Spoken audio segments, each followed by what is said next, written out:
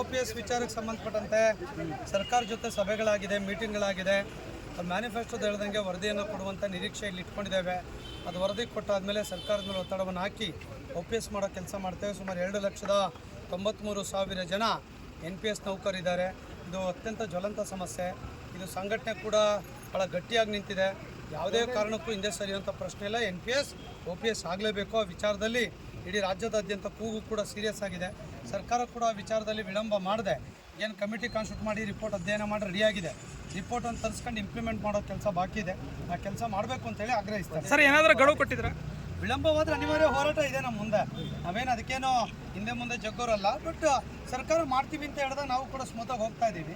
ಅನಿವಾರ್ಯ ಏನು ಅವಧಿ ಅಂತ ಏನಿಲ್ಲ. ಅವರು ಕೂಡ ಯೋಚನೆ ಮಾಡ್ತಾ ಇದ್ದಾರೆ ರಿಪೋರ್ಟ್ ತಗೊಳ್ಳೋದು. ನೋಡೋಣ, ನಡೀತಾ ಇದೆ. ಈಗ ಬಜೆಟ್ ಬೇರೆ ಇದೆ. ಬಜೆಟ್ ಮೇಲೂ ಕೂಡ ಪ್ರೆಷರ್ಸ್ ಇದೆ. ನೋಡೋಣ ಏನೇನಾಗುತ್ತೆ. ಸೊ ಖಂಡಿತ ಥ್ಯಾಂಕ್ ಯು.